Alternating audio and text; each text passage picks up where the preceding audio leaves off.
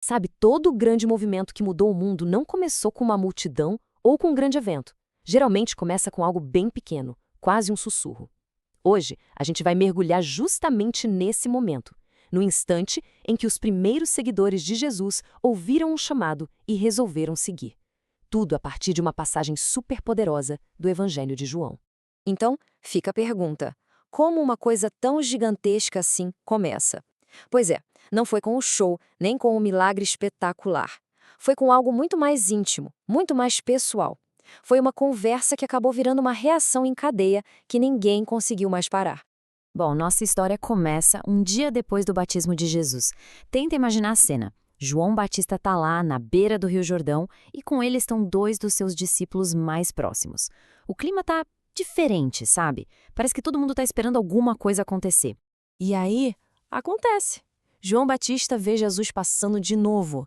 E ele solta essa declaração. Uma frase fortíssima. Ele já tinha dito isso antes, mas para esses dois discípulos que estavam ali do lado dele, dessa vez foi diferente. A mensagem bateu de um jeito que mudou tudo para eles. E a gente precisa entender o peso dessa frase. Cordeiro de Deus não era uma expressão qualquer. Para um judeu daquela época, isso ativava duas imagens muito sagradas na cabeça. Primeiro, o Cordeiro da Páscoa, que era o símbolo da salvação. E segundo, o servo sofredor lá do profeta Isaías, aquele que ia carregar os pecados do povo. Ou seja, com 3 palavras, João estava dizendo: ele é o sacrifício divino e final. E a reação foi imediata. Aquelas palavras foram o empurrão que eles precisavam. Os dois, que até aquele segundo eram leais a João Batista, simplesmente mudam o rumo. Eles deixam o mestre deles para seguir essa figura nova, esse tal de Jesus. A força de um único testemunho foi o que botou todo o movimento para andar. Bom, essa decisão nos leva para o primeiro encontro de verdade, para o diálogo que ia mudar a vida deles para sempre.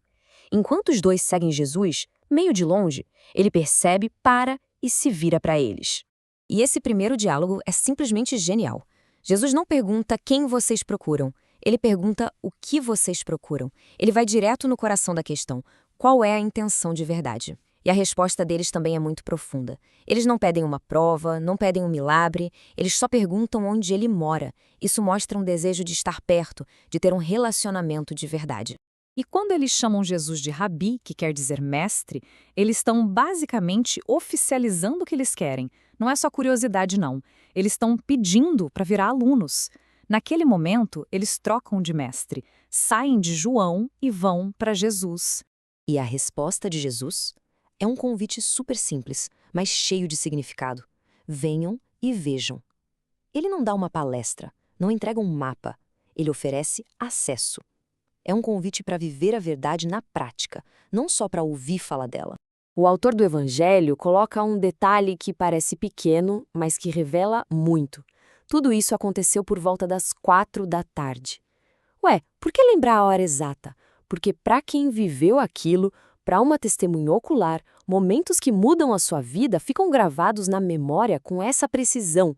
Aquele não foi um dia qualquer, foi o dia em que tudo começou. Mas aquele encontro, no fim da tarde, não foi o fim da história. Na verdade, foi só o começo, o estopim.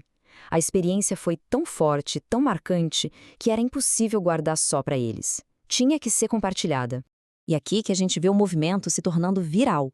É uma corrente perfeita de testemunho, pensa só. João Batista aponta para Jesus. André ouve, passa um tempo com ele, fica convencido e sai correndo para achar o irmão Simão.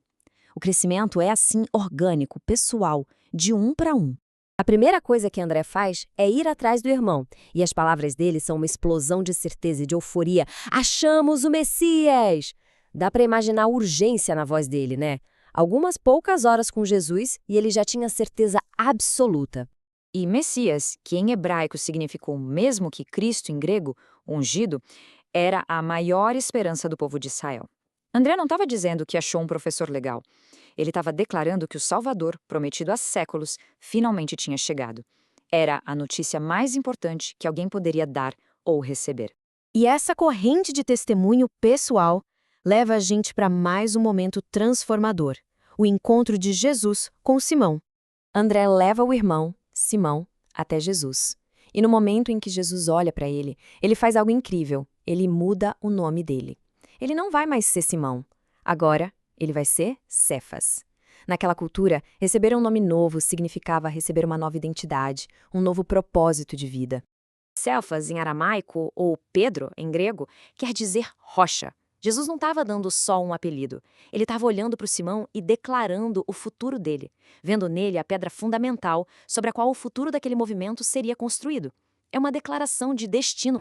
E aqui tem um ponto bem importante para a gente entender como esse relato se encaixa com os outros. Este não foi o momento em que Pedro e André largaram as redes de pesca. Esse chamado formal viria depois. O Evangelho de João está mostrando para a gente a origem de tudo, o primeiro encontro. Ele foca na sementinha da fé que foi plantada por um testemunho, regada por um convite, e que, mais tarde, ia florescer num compromisso de vida inteira. E assim a gente chega ao fim da nossa análise. Tudo começou com uma frase: Eis o Cordeiro de Deus. Isso gerou um convite: venham e vejam. E esse convite deu início a uma reação em cadeia que ecoa até hoje. E isso deixa a gente com uma pergunta, né? Qual é o verdadeiro poder de uma única conversa, de um único testemunho pessoal? Até onde isso pode chegar?